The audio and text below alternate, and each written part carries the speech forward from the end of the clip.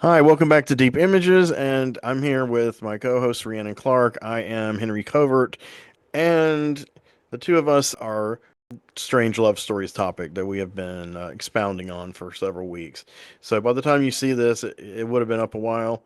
I hope you have liked the series, enjoyed something about it, and we've tried to kind of cover a huge swath of titles. And I guess I decided this may or may not end up being the last chapter, the last one I'm going to record with Rhiannon. And I'm going to cover a film called Der Fan or Der Fan or The Fan. It's, German, 1982 by Eckhart Schmidt. And this movie it's basically like, basic plot. It's like a young teenage girl in Germany. She falls in love with this.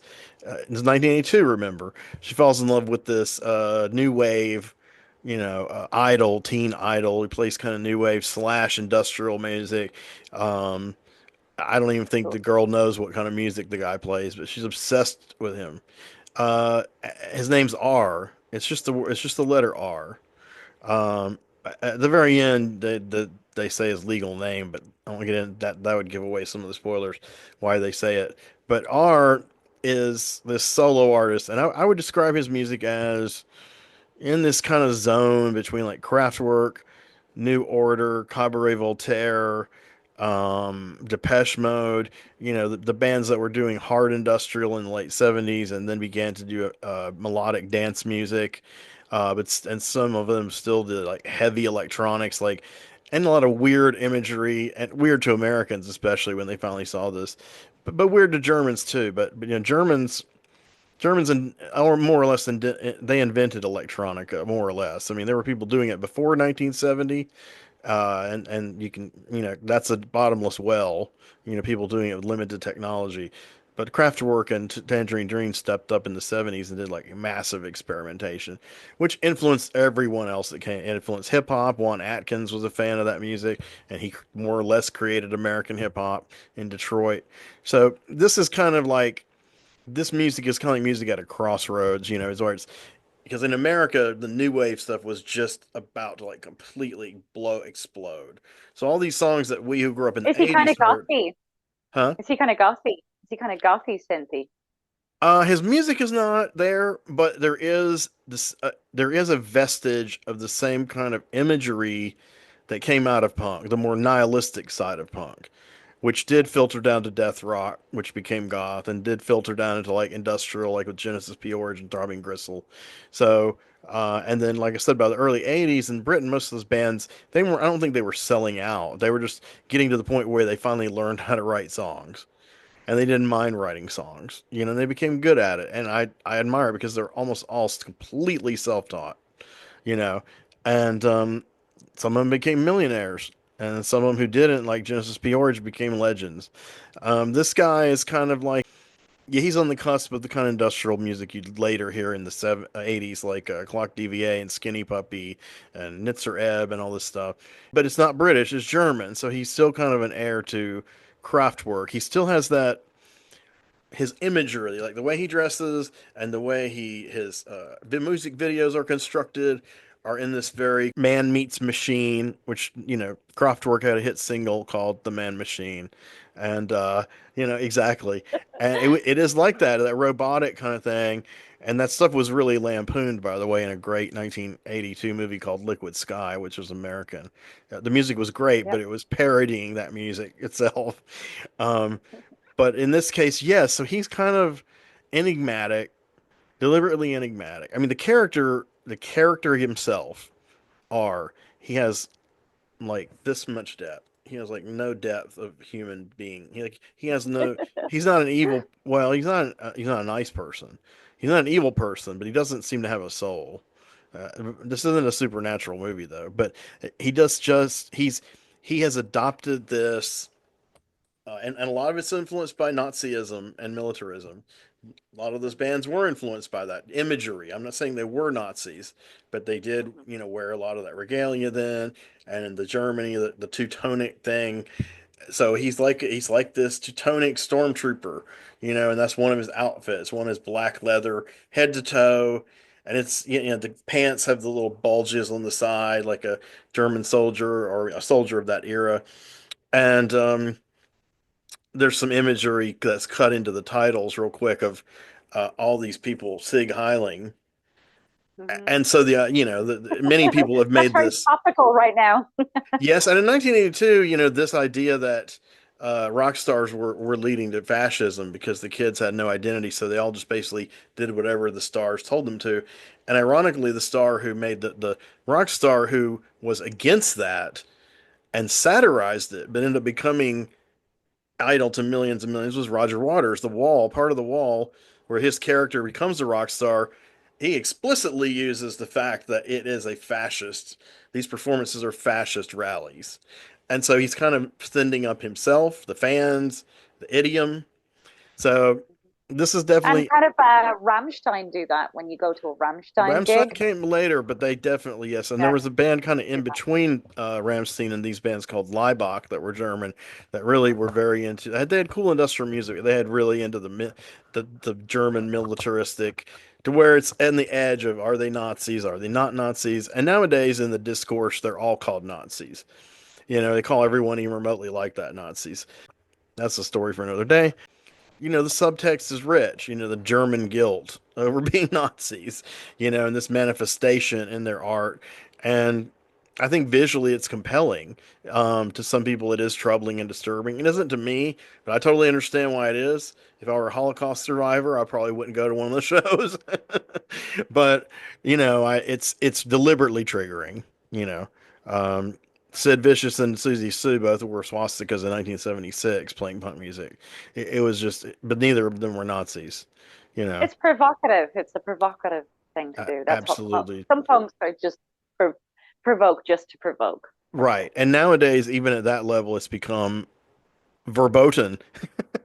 Hmm. And so this is kind of an interesting scene, and everybody kind of worships this guy. He's got zillions of fans, mostly women, but not all.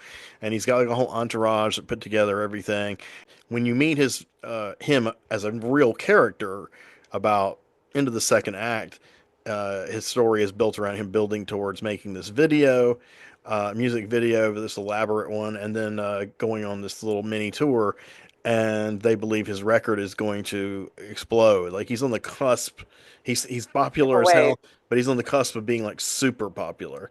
But we don't get to all that until later. The first part chunk of the movie is this young girl named Simone, and she lives in Germany. I think she's in West Berlin. I mean, yeah, West Berlin. And am I getting that right? Yeah, West Berlin, the non-communist part. And lives with their parents. They're kind of uptight, but they're not. They could be worse. And she's obsessed with R. So every day she writes him letters. I love you. Your music has changed my life. I know if I met you, you would like me. I mean, and it really goes through the whole litany of what an obsessed fan would be like. I mean, none of the things that this writer, Eckhart Schmidt, who directed it, he based it on his own novel. So nothing the girl is saying in the novel, they're all things that girls and guys have said to their idols. And he kind of has collected them all and then kind of parodying them and making them more extreme. And she says it. So she's doing the narration, the over, the Oh yeah. voiceover, and she's telling us, the audience, what her routine is. I know he'll read my letter today. I pray he gets the letter. There's a conspiracy among the postal office not for him to get my letter. Oh And no. she's totally like cynical. She's the perfect fan of this kind of music. She's Yeah. like a follower, but she's also a total rebel, and she is totally antisocial. And it gets worse and worse. Like her parents will tell her to do something, and she'll be like, and walk off. And I've always been amused by characters like that who do that Yeah. because it's like I wish I'd been able to do that when I was a kid. I loved that. Um, and she doesn't do well in school. She's in school thinking about him all the time. She starts skipping school. She finally just starts a whole. When she realizes her letters are not being read, she gives herself a 7-day plan. Each day she's going to go to the post office and ask if he's read the letters. Where are the letters? And each day she becomes progressively more aggressive with the post office, and they become progressively more bemused by her and make fun of her because they think she's being ridiculous, and so she'll like punch one of them, you know, and like walk, you know. And the thing is, during this week, she rarely goes home at night and sleeps. She starts She's sleeping in just obsessed. cars that are unlocked. That's what she does. She's Yeah. lucky she never gets Ooh. caught by the police because she breaks a lot of laws. And she's same pair of clothing. It's very cool clothing. It's very 80s. It's very similar. Her haircut and the style of her shirt and her pants, I would call it a blouse with long sleeve, very similar to the look Mary Stuart, that's who you talked about. Catherine Mary Stewart had in Night of the Comet, except different Oh no. colors. But they both have the same kind of, what do they call it, feathered hair right here. And Oh yeah, yeah. she's a lovely girl. I forgot how old the actress was. Oh, the actress was 17 when she shot it. And or maybe six she was 16 going on 17 when she shot it. Um and so she really was young. I think she was playing a character her age, I believe. She may have been playing a character as young as 15, I'm not sure, but they don't explicitly say it in the movie. They may in the book. But you know, that doesn't matter to her. She's gonna get this guy, and you know, he's probably like 25 to 30, and she's like, he's my god. So every these days go by, and she just wanders all around her village, town, you know, on foot. Occasionally she'll get a ride with somebody and it'll be a man flirting with her and she'll just beat him the fuck off and just leave and not say a word though. Not say a Yeah. word. She rarely talks except in her voiceover. She does sometimes, but usually she just, you know, and She lives in her head. she's a very physical actress even though she doesn't do exaggerated movements. It's the opposite. She's very internal and Understated. yeah, and you could read her internal thing through her Yeah. facial expressions. Yes, understated. And uh, she is just a fascinating character because, you know, if you're going into this movie cold, though the title is a hint, if you're going into this movie cold and you start following her, you know, you may think she's going to go lean towards psychopathology. Um, but you're not sure. You know, you're not sure if she's actually really harmless. She's Uh, obsessed, but yeah, definitely She is obsessed. obsessed. So it starts to go to higher levels to where, you know, she doesn't come back home. She wanders and she makes a plan that if her letter has not been read or she hasn't got a return letter from him in 7 days, she will seek him out on foot. She will go and find him where he's going to play his next show or record his next music video. And that is exactly what happens. So she goes on this trek, and I don't know where she's bathing because her hair still looks nice and her clothes look cool, but they don't look dirty. But she's walking around with a backpack, and you just see her like they give you these wide crane shots of her just like walking through this city, just like endlessly walking, and not talking. Not interacting with any humans unless they attack her, then she knocks the shit out of them and walks away. So she finally makes her way to where there is a music video being shot. And, you know, it seems like there's no hope of anything real happening, like her meeting him or whatever. So she sits in this place and she's like super nervous. She's like more quiet than usual. She's like totally like, you know, and she sees him. Yeah. And, you know, my first thought was, okay, this is going to be kind of the end of it. And then she's going to get revenge or something for him ignoring her. But actually, he's talking to all these groupies and people want autographs. And he stops and he sees her and he homes in on her. And he walks towards her and he asks her, "How are you doing?" She's so nervous. She literally cannot talk. She's like, you know, like this. And she can't tell her. He's like, "What's your name?" And she can't enunciate the name. And then she faints. It's Oh hilarious. wow. It's kind of hilarious because she's in It's too frame much. acting Hmm. funny, but her frame only goes to like where we are, and then she drops. She's on the Oh floor. wait.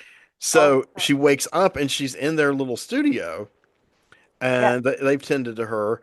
And he pops up and he's like, "Are you okay?" You know, and Wow. she's trying not to get super nervous again. He's like, "You can stay around if you want, and you can come to the show later. I'll tell them it's okay."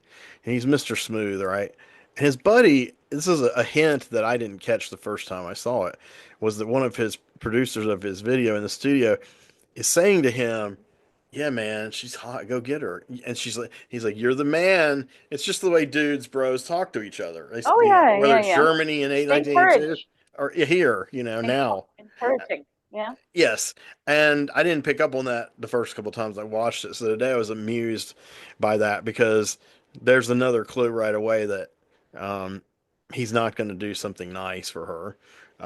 There's a reason he singled her out. There is a reason, but it's not the reason she hopes it is. Put it that way. Oh, And okay. so she does go, and finally she watches him do his whole little thing, and he does the fascist outfits. Then he changes clothes into this kind of dull brown uniform, and he puts a bald um, cap on him to look bald like a skinhead. And he's wandering Okay. around this little tableau of these mannequins that are totally unclothed, and of course, they're all bald too. And the music's like very, metronomic, and it's I actually a want to good, watch this movie. it's a nice melody over it. And the few times he actually does vocals, they're very cool. Like his vocals are not like, he's kind of trapped between Throbbing Gristle and Depeche Mode. He hasn't gotten to Depeche Mode yet. So he has these melodic vocals, but he waits like God knows how many beats. Like he'll be like, na, na, na, na, na, na. It's very sparse. It's very sparse, yes. And but the kids love it, It's And cool. Yeah. after this, he before he does this show, he says, "Do you want to go? I'm just gonna relax. I've got to chill out." And he has one of his female handlers is apparently, reading the line that she's obsessed with him sexually. And of course, our heroine, quote unquote, our protagonist, immediately picks up on that. Not happy about that. And the people are like, "Yeah, come on and do this, so and so." And he's like, "Nah, I want to go to the hotel. I want to chill out." He does want to go to the hotel and chill out, but he invites her to come with him. And so they sit together, and then it's not much really happens. Keeps wanting her to come closer to him, and it'll be like tiny increments. She's so scared. And then finally he's like, "I want to kiss you right now." And he kisses her, but then like one of his dudes goes, "Hey man, you're needed in makeup." So Hmm. that happens. That scene actually, that's a little out of chronological order. That scene was right before they shot the music video. Um, they're just planning the show, and you start to see that everybody around him does it is like, why basically, well, why are you pursuing this teenage girl who's younger than most of your fans, you got tons of them waiting for you, and you're already involved with this one chick. They don't ask him that, but that's the situation, and they're all nudging him away from her, but he's pretty determined to ignore their advice because Okay. he's R. He's like a god to these people. Oh yeah, in his head. He's Yeah. like a rock and roll Hitler is what he is. He decides that he's going to break away from the whole thing before they start doing the live shows because that was all a pre-recorded thing. He didn't even lip sync. He just walked around in his various looks. Um, and but I thought the video was a good. I thought it was nice to listen to, engrossing, interesting visually, but also definitely a parody of that kind of thing. It wasn't like it was a send up, you know. And the people who performed the music were called Rheingold. And Rheingold. yes, and the guy who plays R is named Bodo Steiger, and apparently he is affiliated with or a member of Rheingold. So some of this music was done for the movie, and some of it was pre-existing Rheingold music. And I don't know what the casting process was for him. I did read it, but it's been several years, so I've forgotten. But I'm going to research it.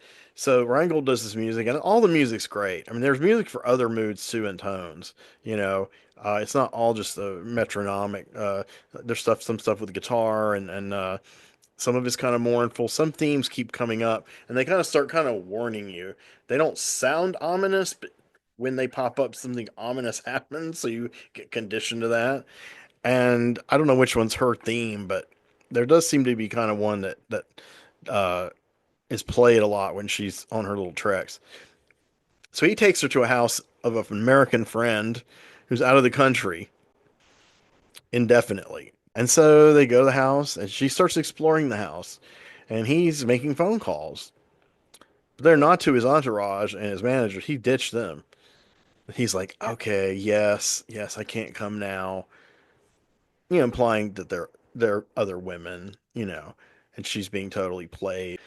She finds this one really weird room with all these long, big, giant red and white curtains, and there's like sort of a bed, like a futon, and there's no rhyme or reason to it. It's not messy or anything. It's just obviously like it's an avant-garde kind of room. He finds her in there, and one thing leads to another, and they do have sex, and she gets the confidence to be aggressive with him in bed a few times, and he enjoys that. It's kind of a relief to him, I think, because at first it's almost like he's teaching her how to make love, and it's indeterminate. She did have an ex-boyfriend who tried to talk to her at the beginning of the movie. He was a total dork and a jerk, but I don't know if she's a virgin or not. If she is, that makes this all the more impactful. When it's over, she's like completely insensate. What I mean? She's just like, a god has entered my body, and how she sees it. Oh, And look. even though Yeah. he's come down to the mundane level, I mean, they drove a car there, uses the telephone, he chats with her in normal vernacular, he doesn't talk like Thor or anything. This is where things go south, and it does it gradually, deliberately, very gradually over like 10 minutes. And it's an aching time for her, and it becomes an aching time for us because she doesn't put her clothes back on. Yes, she's totally naked during these scenes. She's naked, and I think she had a little towel because it's a little cold, but she's naked and she wants to stay naked for him and make love with him again. And he's telling her he has to leave. He gets dressed and he's being oblique. He's not really. He's sort of being honest, but he's leaving out a lot of information. He's a very Spartan kind of guy. He's like a Hemingway novel. He says as little as possible to get his point across. He's like, I'm leaving. I've got to go out. Less is more with this guy. Yes, I'm leaving the Yeah. band for a while. I'll be back. Stay in the house as long as you want. Mhm. I mean, it's just, and the timing of when he says this stuff, there's no thread to it. Like they have no conversation. It's just her trying to get his attention and him just randomly stating these things, which, a lot of them are just real things that are happening. But the way he says it and when he says it, and the fact that he's utterly tone deaf to her feelings, which are written all over her face, Yeah. you know, Disconnected. He's very disconnected and guy. she keeps following him slowly down this hallway with his intention to leave. I'll call you. Of course, they never exchanged phone numbers. I guess he knows that house's phone number. Well, what the fuck? Be more detailed, man. What's be clear? But it's not. He doesn't want to make plans with her. He doesn't ever want to see her again. He's had his conquest, and at this point in the movie, it's very clear what his modus operandi is that he preys on women like girls like this. So finally, he's like getting ready to put the keys in the door. He has another set of keys, and he's like, "Here, take these. It'll let you come and go. You can buy groceries." He gives her like a wad of bills, which the implication is they're whatever the German equivalent of thousands of dollars is, and she just drops the keys, and she's just like glazing over. Although she glazes over a lot of the movie, She- and so he's like, She's disassociated. It sounds like she's "Yeah." disassociated a little bit. An Yeah. uber uber uber narcissist here, and I'm using Uber purposely because he's German. He is like, okay, whatever. You can come and go as you please. Maybe I'll see you again. In the meantime, you can tell there's just this madness that has been in her this whole time from the beginning of the movie, before we ever meet her, and is boiling to the surface like white hot. And so he gets to the Yeah. door. She Yeah. screams. It's like this primal scream that lasts for several. And he ignores it. He keeps putting the keys in the door. And he has these statues. He's like it's like these pretentious like Greek gods or something in the hallway. And but the statues are like the shape of an ordinary trophy. Like here's the head. You can hold the base around your hand. And that's the first thing she sees when he does that. And she's totally somewhere else. She grabs it and she smashes him over the head, and the head of the character lodges inside his brain. And she leaves it there Wow. for a few seconds, and he doesn't move. He drops his keys. He doesn't move. He has no expressions. He's still alive, but you're not sure for a little bit. That's the kind of guy he is. So, Okay. bam. So then after a few seconds go by, she takes it out, and she's still angry, and he's still standing up. Hmm. We don't know what his condition is. So she slams him as hard as she can with him again, and he falls, but he falls like really slowly and neatly. Fitting for his Wow. personality. Like he's too cool Yeah. to crumble. He just but and when he lays on Yeah. the ground, she comes over to him and she has this mix of looks, different feelings are washing across her face. And he's still barely alive, and he's kind of trying to mumble something. And that's the last living thing we see him do. Um, but she's ready to just own him now. I think this is either a plan that she's had in her mind in case things go south, or she's just a very industrious and clever woman who, and the madness is giving her the energy to do things that nobody else would do, even if they were able to do them. But she's able to do them. She's got a whole giant house that rich people have equipped with everything. So, she finds the kitchen cuttery thing, this electric saw, and that becomes her weapon of du jour, her weapon of choice, and she goes to work on his body. And the thing is, you never see the thing sink into the flesh and the blood splatter out of his body. They just show his body parts. They show her coming near it. You see a little bit of blood, a lot of blood. You don't have a bunch of blood spraying on her. Like occasionally, a little bit will spray on her. And here's what she'll do: she'll lick it, you know, and she licks the knife too. Like she's Whoa. But why do I think that he's thinking best death ever? well. I See, don't know if he's thinking that, I think but what it's, I know, well, yeah, that's a good point because in a way, she's the one who's hardcore and nihilistic, way beyond hmm. his wildest dreams. And so she gradually dismembers him. It's over time. Now, this woman hardly ever eats. They do finally show her eating a little snack. Never sleeps much. She's totally maniacally obsessed with him, even in death, like his body, everything. So she starts grinding it up, and finally, you see some bones that look very much like human bones, or I'm sure they're props, uh, and they've been flinched of all flesh and nerves. And then you see her pick up a foot, and she starts pouring hot sauce on it. She doesn't bite into it though, but she goes off with it.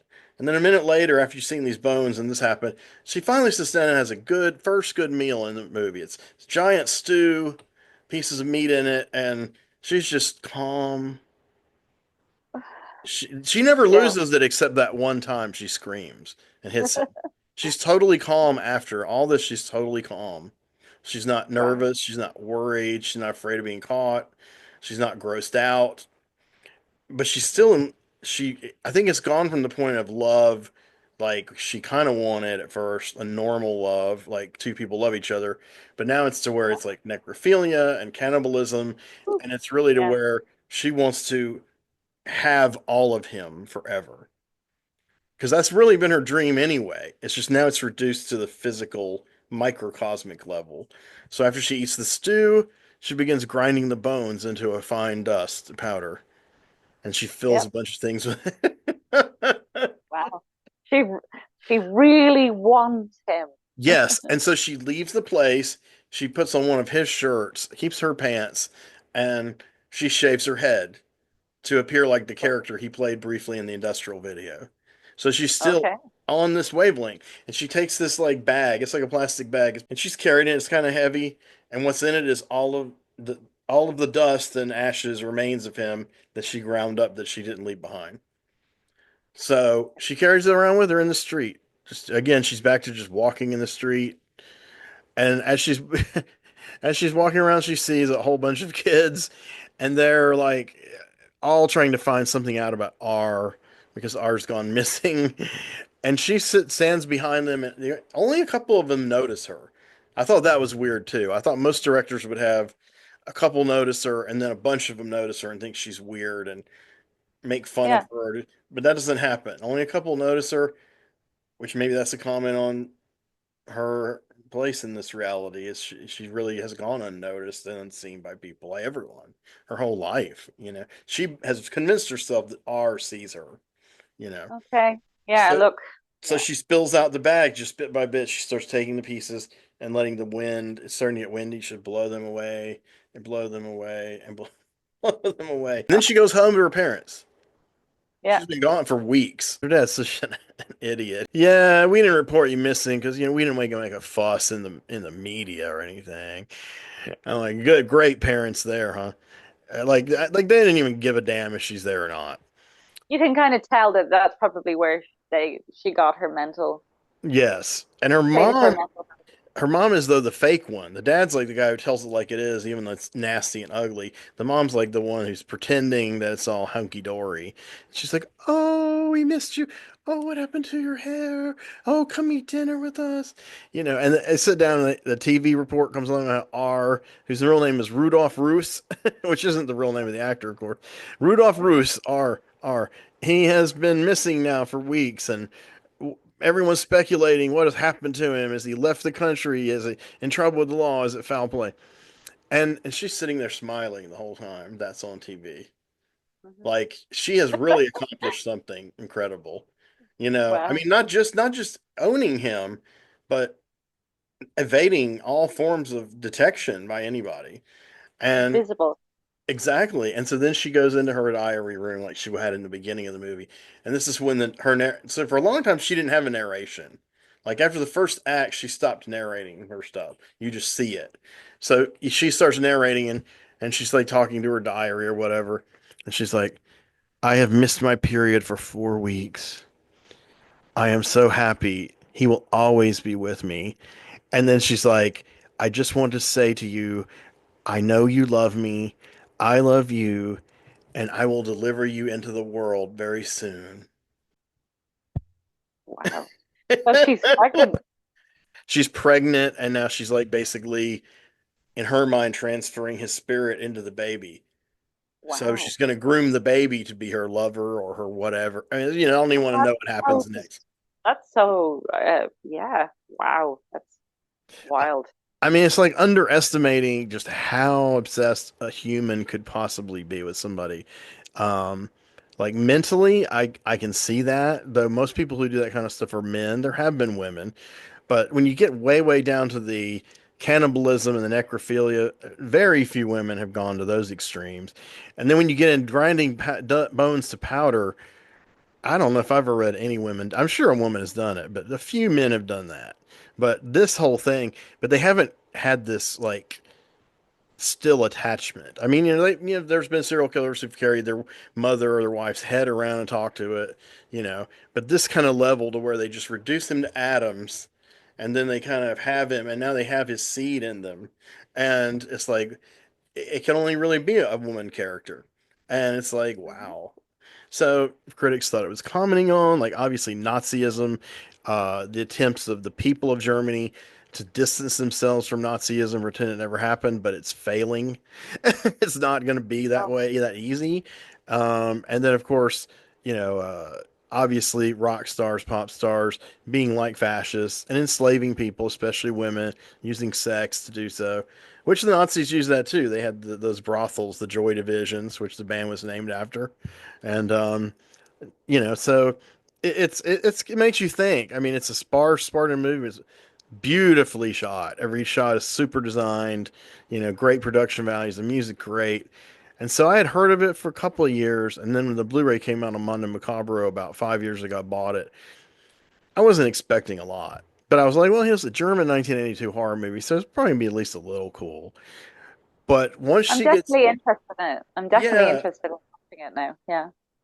when she gets down to like exactly what she's doing to what's left of him, and you're on this like serial killer's type journey with her, it threw me totally off guard. I wasn't expecting that at all in this movie to happen. Yeah.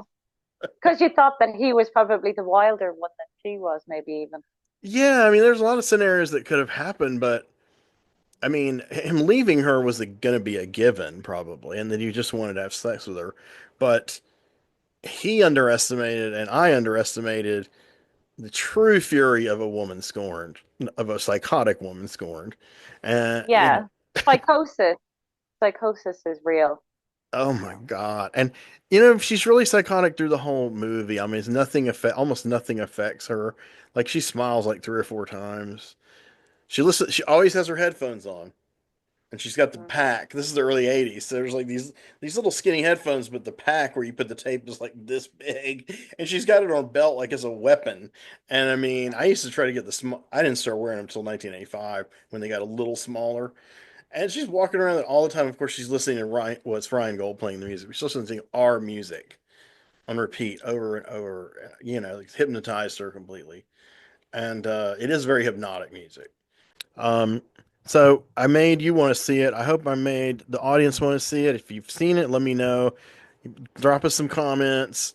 Tell me, hey, I agree, it's a masterpiece of its kind, or Covert, you're fucking incredibly nuts as usual.